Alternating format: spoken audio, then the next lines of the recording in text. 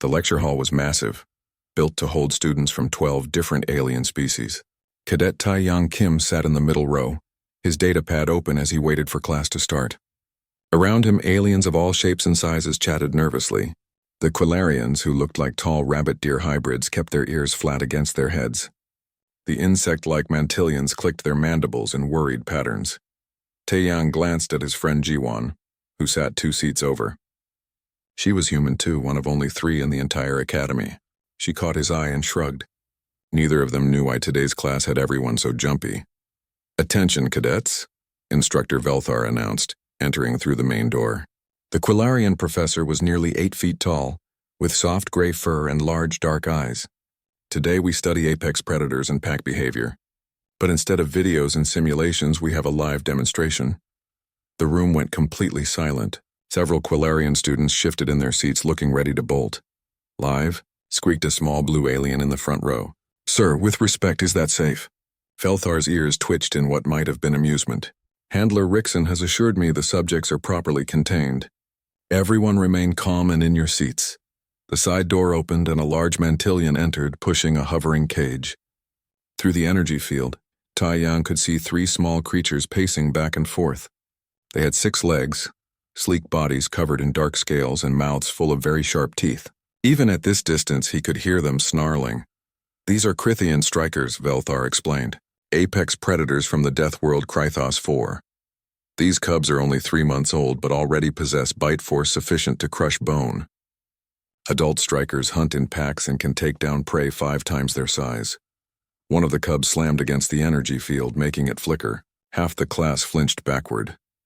"Death world predators," Velthar continued, "operate on instinct patterns that most civilized species find difficult to understand. They respond to fear, aggression, and pack hierarchy. Today, you will observe these behaviors safely." Handler Rickson moved the cage to the center of the room, where a circular demonstration area had been marked on the floor. His insect face was unreadable, but his movements were careful and precise. "The containment field will be lowered briefly," Velthar said. "The cubs cannot leave the demonstration circle. Simply observe their behavior and take notes." Tae-Young leaned forward with interest. Back on Earth, he'd grown up with dogs. His family had owned a German shepherd that he'd loved. These creatures looked different, but something about them reminded him of puppies. Dangerous puppies, but still young and learning about their world. Rickson pressed a control, and the energy field flickered off. For a moment, nothing happened. The 3 cubs stood still, their heads turning as they scanned the room. Their eyes were bright yellow, reflecting the overhead lights. Then, as one, they moved, but they didn't stay in the demonstration circle. They bolted directly toward the student seating area. The room erupted in panic. Aliens screamed, jumped onto their seats, or tried to run for the exits. Velthar's ears shot straight up in alarm. "Rickson, reactivate the containment field. It won't lock onto moving targets." The handler shouted back, frantically pressing controls. Security alarms started blaring. Red lights flashed along the walls. Automated defense systems hummed to life, but they couldn't fire with students in the way. Tae-Young watched the cubs run. They weren't attacking anyone. They weren't even looking at most of the students. Their eyes were locked onto something specific. They were looking at him. "Oh no," he said quietly. "Tae-Young, don't move," Jiwon yelled, but it was too late. The cubs were fast. They cleared the demonstration area, bounded up the stairs between the seats, and headed straight for him. Other students scrambled out of the way, but Tae-Young found himself frozen, not from fear, but from instinct, something in his brain. Some old human pattern from thousands of years ago told him that running would be bad. Running would trigger their chase instinct. Instead, without thinking about it, he slowly crouched down, making himself smaller. The lead cub reached him first. It was the size of a large cat, scales gleaming under the lights, teeth bared. Tae-Young held his breath. The cub stopped right in front of him.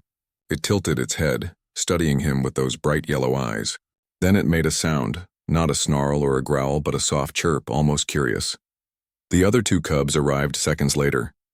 They circled Tae-Young once, sniffing at him, then pressed against his legs. One of them started making a purring sound deep in its chest. The entire lecture hall went silent except for the alarms. Tae-Young carefully reached out one hand. The lead cub sniffed his fingers, then pushed its head against his palm. It wanted to be petted, slowly, gently. Tae-Yang scratched behind what might have been its ears. The purring got louder. What? Velthar's voice was barely a whisper. What is happening? Security teams burst through the doors, weapons ready, but stopped when they saw the scene. The three dangerous predator cubs were sitting around the human cadet like puppies, completely calm and content.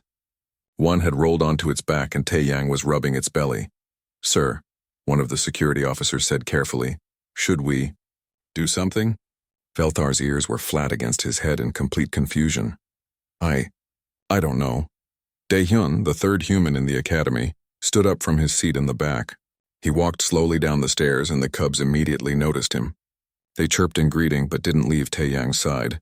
They're just babies, Dae-hyun said calmly. Scared babies in a strange place. Tae-Yang just showed them he wasn't a threat. But they ignored everyone else, Rickson said, his mandibles clicking rapidly. They went straight to him. Through a room full of other species, they chose the human. Ji-won carefully approached as well. The cubs watched her but didn't act aggressive. When she got close enough, one of them sniffed her hand and made a pleased chirping sound. Instructor, Ji-won said, I think we might need to run some tests. This isn't normal behavior, is it? Velthar shook his head slowly. In 300 years of demonstrations, nothing like this has ever happened. Predators don't just adopt students. The lead cub had fallen asleep against Tae-Yang's leg, making soft snoring sounds. The other two were competing for his attention, gently pushing at his hands. We need to secure them, Rickson said, moving forward with a containment device.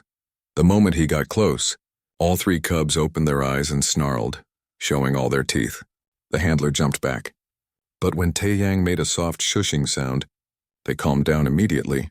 Or, Dae-hyun said with a small smile, maybe we need to secure Tae-Yang instead. Velthar looked at the young human cadet, surrounded by three deadly predators who acted like they'd found their long-lost parent, and felt his understanding of the universe shift slightly. Class dismissed, he said faintly. Everyone except Cadet Kim and his new friends. Someone call the xenobiology department. We need answers. As the other students fled the room, grateful to escape, Tae-Yang sat on the floor with three predator cubs cuddled against him, wondering how his ordinary Tuesday had turned into this. The xenobiology lab was cold and sterile, filled with equipment that hummed and beeped. Tae-Yang sat on an examination table while Dr. Hicksonal, an elderly Quillarian with white fur, ran scanner after scanner over his body. The three cubs sat at his feet, refusing to move more than a few inches away from him. Remarkable, the doctor muttered, checking her screens. Absolutely remarkable. What is? Tae-Yang asked. He'd been in the lab for 2 hours now and nobody had explained anything yet. Velthar stood near the door, his ears twitching nervously. The cubs won't eat, Tae-Yang. We've tried every food they normally accept. They just growl at the handlers and run back to you. As if to prove the point, a lab assistant approached with a bowl of meat. The cubs immediately pressed closer to Tae-Yang, making warning sounds low in their throats. The assistant quickly backed away. They've bonded to him, Dr. Hicksonal said, setting down her scanner. Not just casual attachment, deep pack bonding. The kind that happens between a cub and its parent. But that should be impossible with a different species. Why did they choose me? Tae-Yang asked. There were 47 students in that room. The doctor pulled up a holographic display, showing complex chemical formulas that meant nothing to Tae-Yang. That's what I've been trying to understand. I've scanned your blood, your skin, your breath, and I found something fascinating. She adjusted the display. Humans produce a unique combination of pheromones, chemical signals that other species can smell or sense. Most species in the galaxy have evolved these to communicate within their own kind. But humans, she paused, her ears standing straight up. Humans produce signals that cross species barriers. I don't understand, Tae-Yang said. Velthar moved closer, studying the display. She's saying you smell like a predator. A very specific kind of predator. An apex pack predator, Dr. Hicksonal corrected. Your species evolved as hunters who worked together in coordinated groups. You tracked prey over long distances, communicated with complex signals, and cared for your pack members. These traits left chemical markers in your biology. She pulled up images of Earth animals. Your world has many predators, yes? Wolves, lions, hunting birds. Did humans interact with these creatures? Well, yeah, Tae-Yang said, thinking of his old dog. We domesticated wolves into dogs about 15,000 years ago. We use them as companions, working animals, even family members. The doctor's ears went flat against her head. You took an apex predator and made it love you? I mean, when you say it like that, it sounds weird, but it is weird. Felthar interrupted, his calm professor demeanor cracking. Do you understand what you're saying? Wolves are pack hunters, territorial, dangerous, and humans somehow convinced them to live in their homes? Tae-Yang shrugged. They're good dogs, sir. Dr. Hicksonall made a strange sound, almost like a laugh. The cubs can sense it. They smell the chemical signals that say Apex Pack Leader, and instinctively trust you. To them, you're not an alien. You're the alpha they've been looking for. The door opened and Jiwon walked in carrying food containers. The cubs immediately perked up, chirping happily. But they still didn't leave Tae-Yang's side. Brought lunch, Jiwon said. Figured you'd be stuck here a while. She set the containers down and the cubs sniffed curiously at them. Try feeding them, Dr. Hicksonall suggested. Jiwon opened one container, some kind of meat from the academy cafeteria. The cubs looked at it, then at Tae-Yang waiting. He nodded slightly and they immediately dove in, eating eagerly. They asked permission, Felthar said softly. They're following pack hierarchy. Jiwon sat next to Tae-Yang and reached out to pet one of the cubs. It let her, making happy sounds. So what does this mean? Are we some kind of predator magnets? I ran a simulation, Dr. Hicksonall said, pulling up more data. Based on what I found in Cadet Kim's biology, I predict that humans would trigger similar responses in roughly 87% of predator species in known space. You're compatible with pack hunters, ambush predators, even some solo hunters that respect strength and confidence. Jiwon trailed off. That's a lot of predators.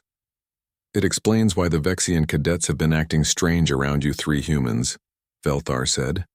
Vexians evolved from pack predators.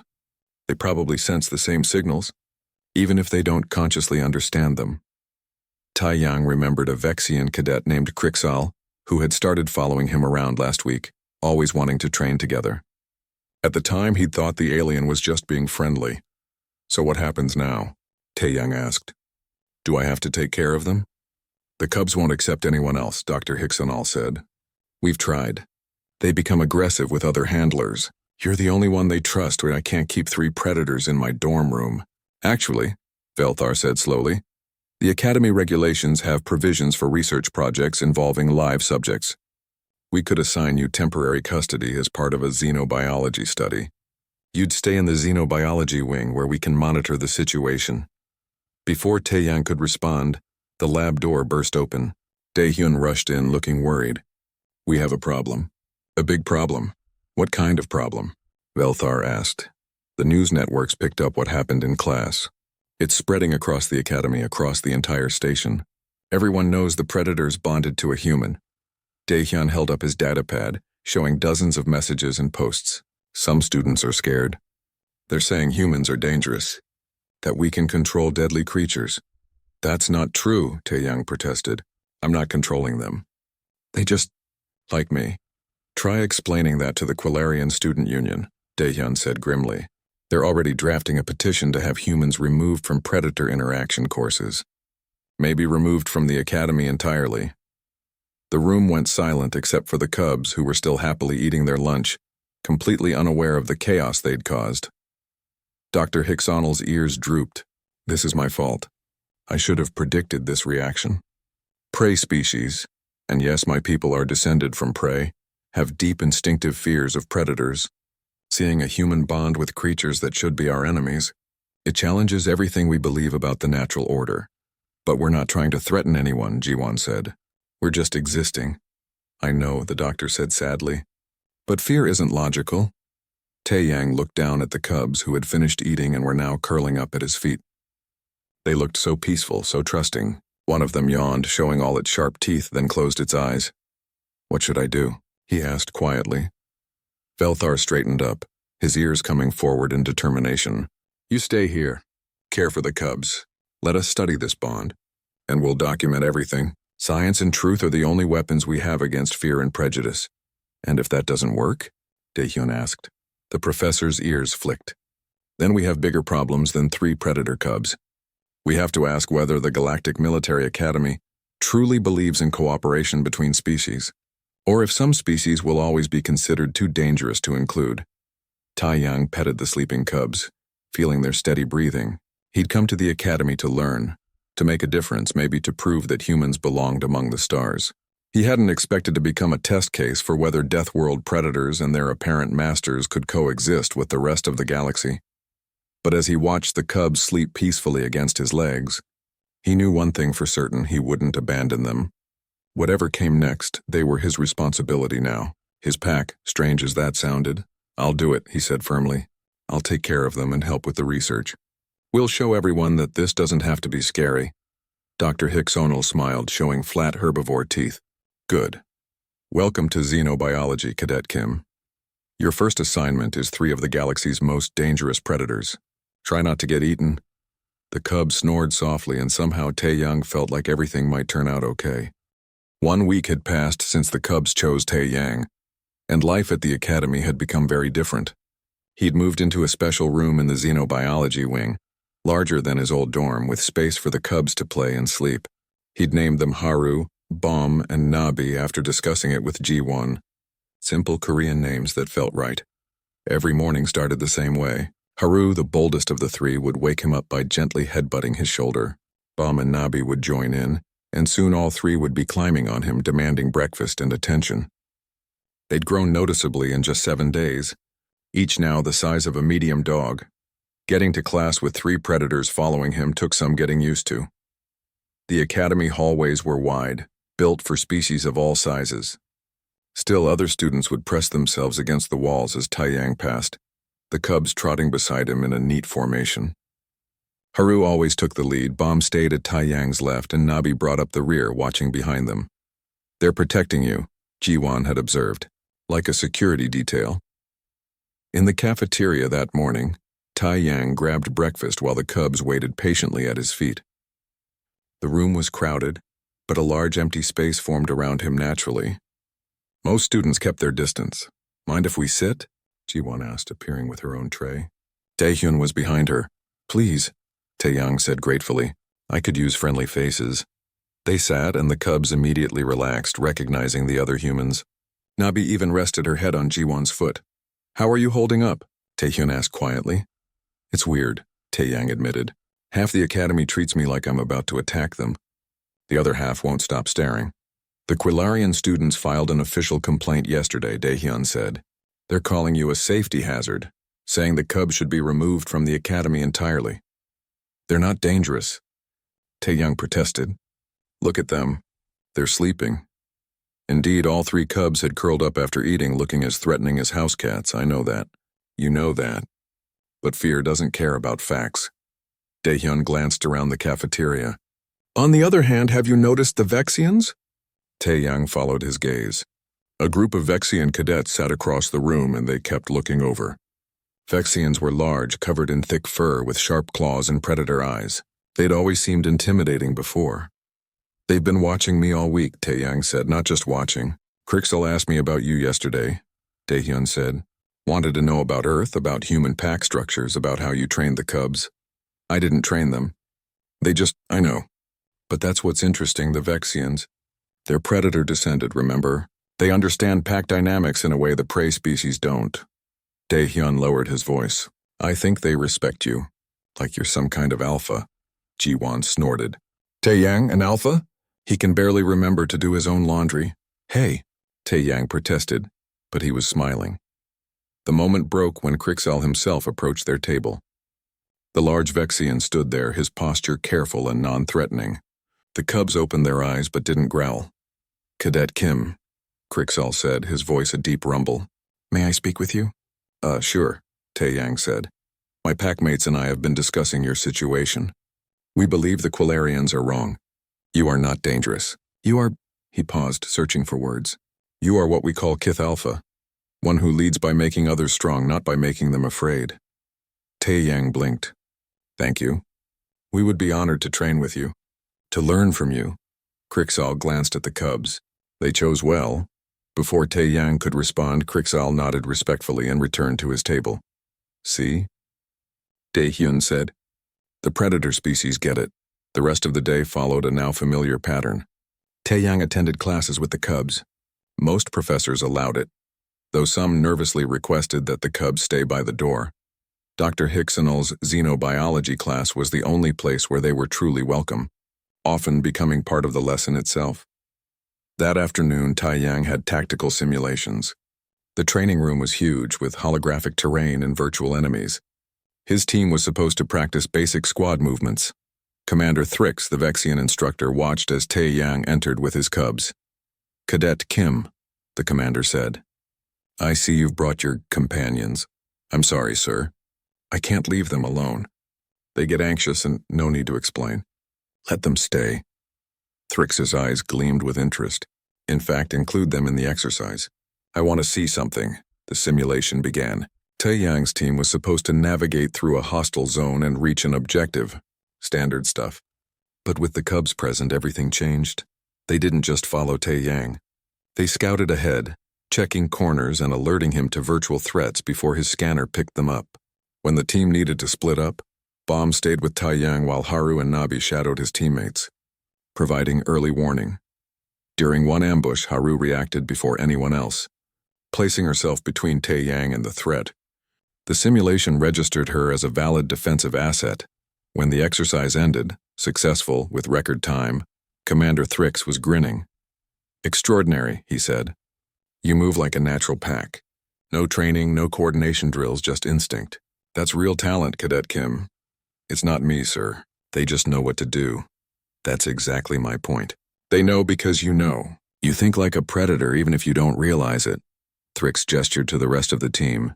"Did anyone notice how Cadet Kim changed his movement patterns?" He started checking sight lines for ambush positions, marking choke points. Classic pack hunter tactics. Taiyang hadn't noticed, but looking back at the recording, he could see it.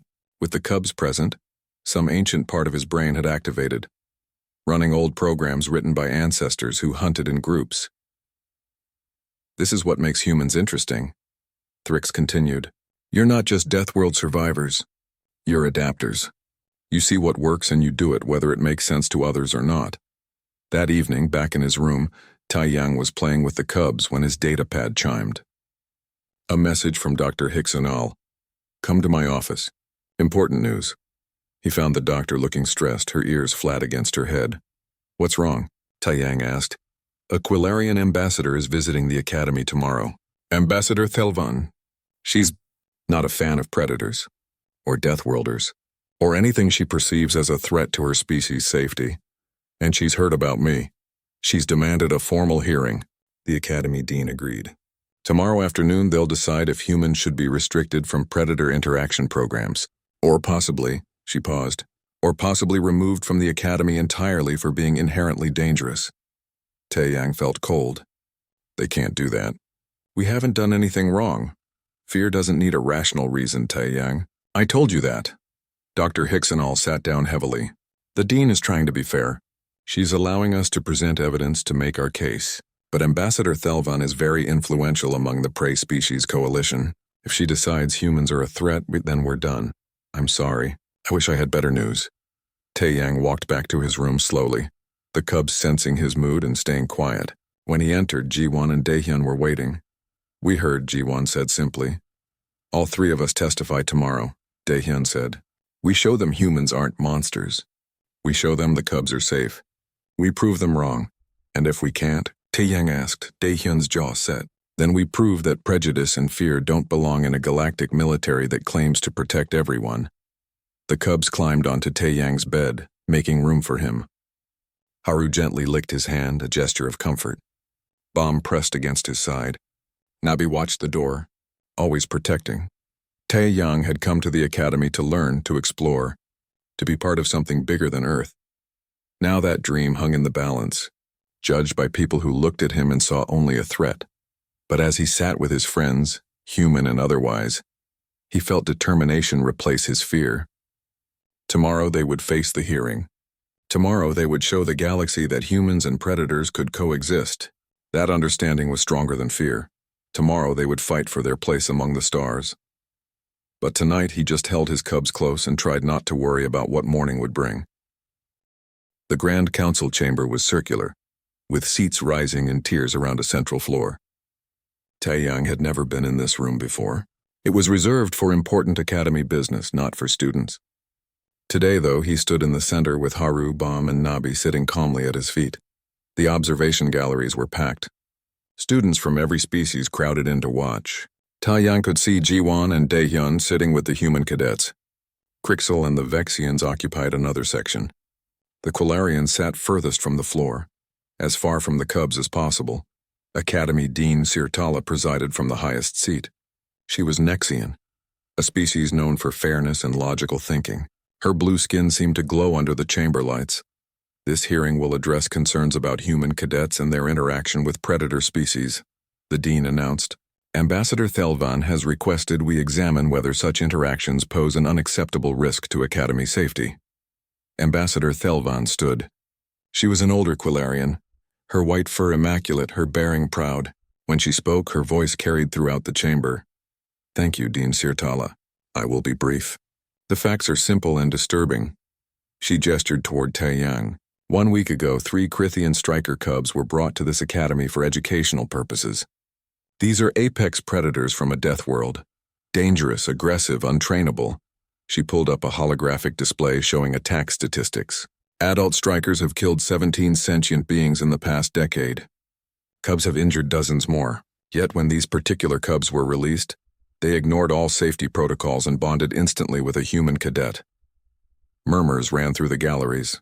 Thelvan continued. Why?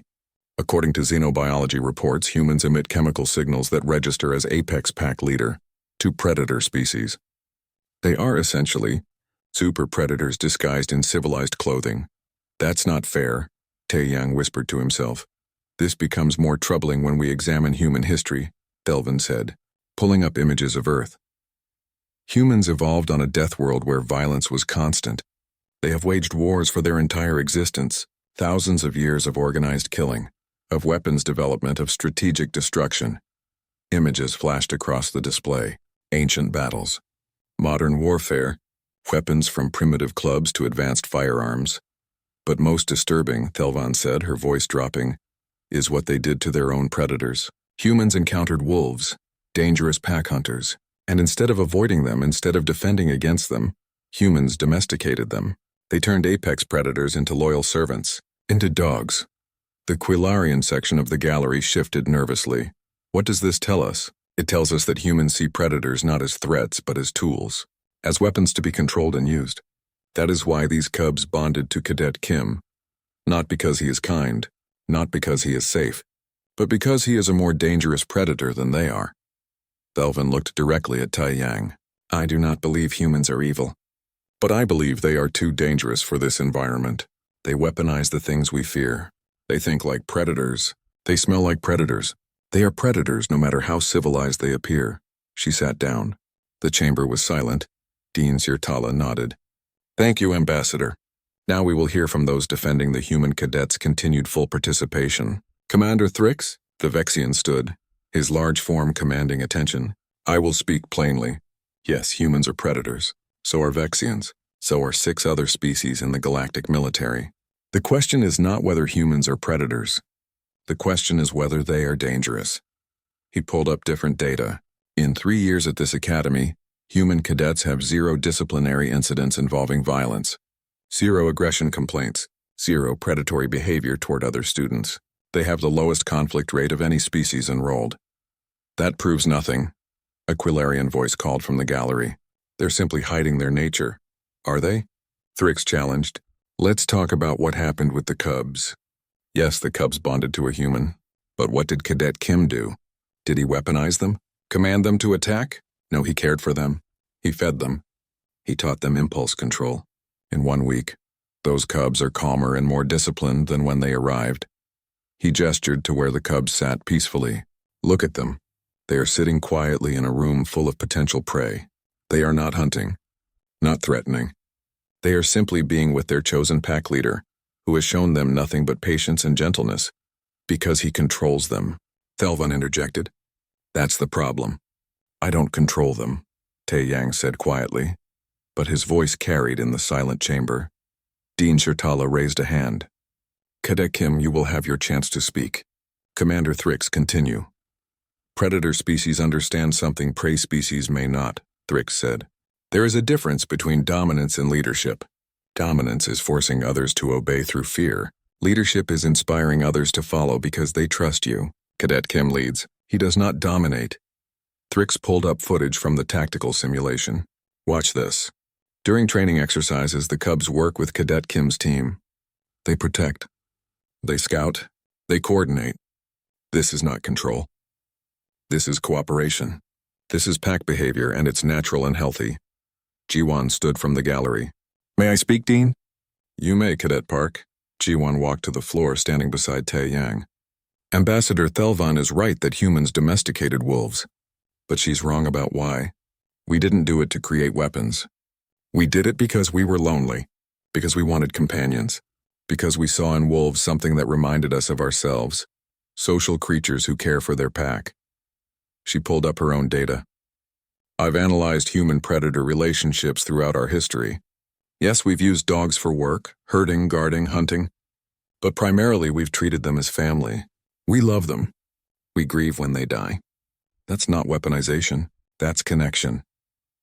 Emotional manipulation, perhaps, Thelvan said coldly. No, Daehyun said, standing from the gallery. May I speak, Dean? Cadet Choi approach. Daehyun walked down, completing the trio of human cadets. I'm Command Track. I've studied military history from dozens of species, including my own. Yes, humans have fought wars. So has every species in this room. The Quilarians fought the border wars. The Vexians had their clan conflicts. Even the peaceful Nexians defended themselves against the Hive incursion. Violence in self-defense is different from, Thelvan began. Is it? Daehyun interrupted. Because human history is mostly self-defense too. Defense of our families, our homes, our beliefs. We're not unique in that. What makes humans different is that we also domesticated prey animals. We made friends with horses, cattle, chickens, rabbits. We bonded with prey species just as readily as predator species. He looked around the chamber. We don't see predator and prey. We see individuals, personalities, potential friends. That's why the Cubs chose Tae-yang. Not because he's a bigger predator, but because he saw them as scared babies in a strange place and he wanted to help. Beautiful words, Thelvan said, but words don't change biology. Humans are still dangerous. Then let them speak, Dr. Hicksonal said, standing from her seat. Let Cadet Kim tell his own story. Dean Shirtala nodded. Cadet Kim, you may address the council. Tae-yang's mouth was dry. He looked down at the Cubs, who gazed up at him with trusting yellow eyes. Then he looked at Jiwon and Daehyun, who nodded encouragement. I don't really know what to say, Tae-yang began. Ambassador Thelvan is right about some things. Humans did evolve as predators. We do have violent history. We do understand pack dynamics in ways that maybe other species don't. He paused. But that's not all we are. When Haru, Bam, and Nabi came to me, I didn't think about controlling them. I thought about my dog back home, the one I grew up with. How she used to sleep at the foot of my bed. How she'd get excited when I came home from school. How she made everything better just by being there. His voice softened. These Cubs were scared. They were in a strange place with strange people, and they needed someone who understood them. I can't explain why they chose me. Maybe it's the pheromones. Maybe it's something else. But once they did choose me, I became responsible for them. That's what my parents taught me. That's what being human means, taking care of those who depend on you. He looked directly at Thelvan. You're afraid we'll weaponize them. I understand that fear. But I promise you, these Cubs are not weapons. They're my friends, my pack, and I will never use them to hurt anyone. The chamber was silent for a long moment. Then the emergency alarm started blaring. Red lights flashed. The dean's display lit up with urgent messages. What is happening? Thelvan demanded. A military officer burst into the chamber. Dean, we've received a distress call from Research Station Kairos 9. They're under attack by a Krithian striker swarm. Adult strikers. Over 30 of them. The entire chamber erupted in chaos. Dean Shirtala stood. How long until military response? 6 hours minimum. They'll be dead in 1 hour, Commander Thrix said grimly. Everyone started talking at once, proposing solutions, arguing about protocols. But Tae-yang was looking at his Cubs and they were looking at him. Their ears were perked up. Alert. Ready. And suddenly, impossibly, Tae-yang knew exactly what needed to be done. Send us, Tae-yang said. The council chamber went quiet. Everyone turned to stare at him. What did you say, Cadet? Dean Sirtala asked. Send us to the research station. Me, the Cubs, and anyone else who volunteers. We can calm the strikers before people die. That's insane, Thelvan said. You're a student, not a trained negotiator. And those are not Cubs on that station. Those are full-grown adult predators in a killing frenzy. Which is exactly why we need to try, Taeyang said. 6 hours is too long. You said so yourself. But if the Cubs can communicate with the adults, show them we're not a threat, maybe we can stop the attack. Commander Thrix stepped forward. The cadet has a point. Traditional methods have failed. The report said containment fields and sonic deterrence did nothing. But pack communication might work. Might, Thelvan emphasized. Or might get everyone killed. They're already going to die, Daehyun said bluntly. 200 researchers with no defense. At least this way they have a chance. Dean Sirtala looked torn. This violates every safety protocol we have. Dean, Jiwon said urgently, we don't have time for protocols. We have time for action. Let us try, please. The Dean closed her eyes, calculating odds, weighing responsibilities. Then she opened them. You have my authorization. But you're not going alone. Commander Thrix, assemble a security team. Dr. Hicksonall, prepare whatever chemical aids might help. And someone get these cadets proper emergency equipment. 30 minutes later, Taeyang stood in the shuttle bay, wearing lightweight armor and carrying supplies. The Cub stayed close, sensing his tension. Jiwon and Daehyun were with him, along with Commander Thrix and 4 Vexian security officers. Remember, Dr. Hicksonall said, handing Taeyang a spray canister. This enhances your natural pheromones. Use it sparingly. We don't know how the adults will react to such concentrated signals. Got it, Taeyang said, clipping it to his belt. You're sure about this? Thrix asked quietly. No shame in backing out.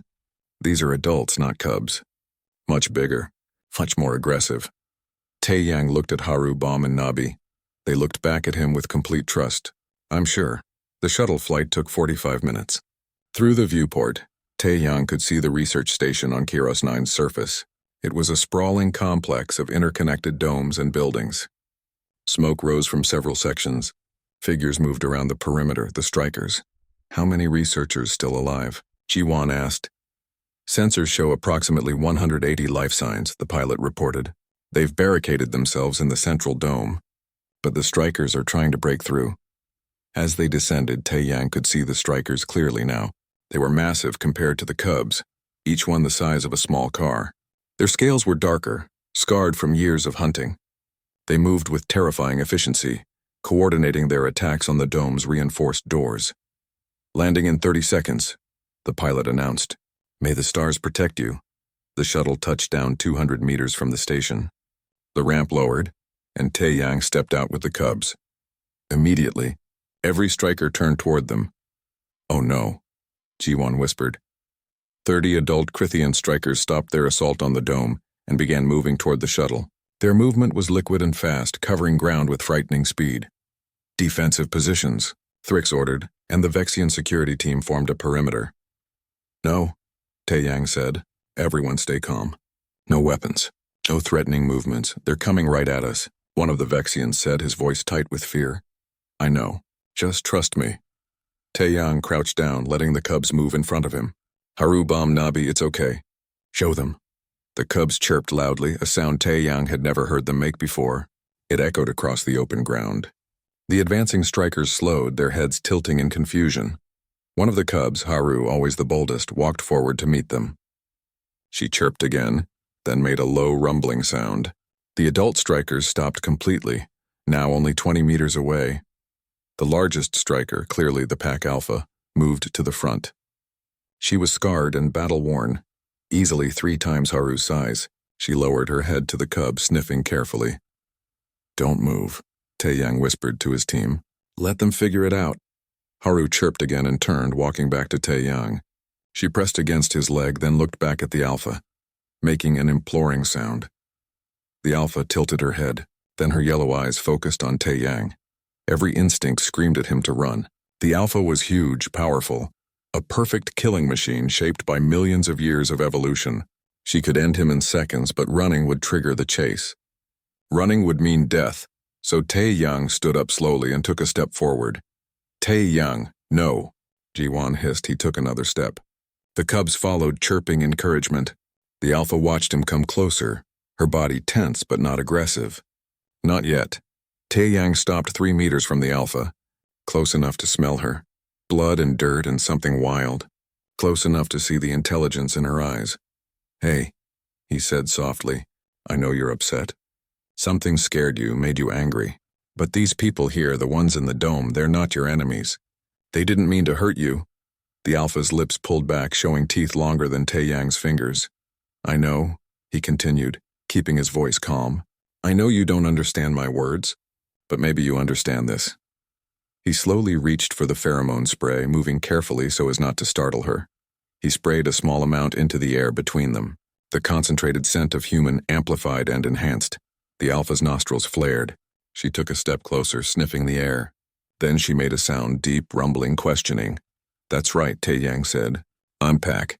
Different pack, different species, but still Pack. And Pack doesn't hurt Pack." He did something that terrified his watching team. He knelt down, making himself vulnerable, and bowed his head. In wolf behavior and predator dynamics, this was submission to a stronger Alpha, but it was also trust. "I trust you not to hurt me." The Alpha moved closer. Taeyang could feel her breath, hot and heavy. He kept his head down, waiting. Then he felt her nose against his hair, sniffing, investigating, trying to understand what he was. Seconds stretched into eternity. The entire team held their breath. 180 researchers watched through the dome windows, not daring to hope. Finally, the Alpha made a decision. She pressed her massive head against Taeyang's shoulder, a gesture of acceptance. Then she made a low, warbling sound, a call to her pack. The other strikers approached cautiously. They sniffed at Taeyang, at the cubs, at the concentrated pheromones in the air. One by one they sat down, their aggression fading. Taeyang slowly raised his head. The Alpha was watching him with what might have been curiosity or respect or simply confusion at finding a creature that smelled like super predator, but acted like packmate. "Good girl," Taeyang said softly. Reaching out carefully, the Alpha allowed him to touch her scarred head. "Good girl." Behind him, he heard Ji-won start laughing, high, almost hysterical laughter of relief and disbelief. "He did it," Commander Thrick said, his voice full of wonder. "He actually did it." Dae-hyun was already running toward the dome, signaling the researchers that it was safe to evacuate. The strikers watched but didn't move to attack. They were calm now, lying in the dirt around Taeyang like a pride of enormous deadly lions. The evacuation took an hour. One by one, the researchers emerged, moving slowly past the resting strikers. The predators watched but showed no aggression.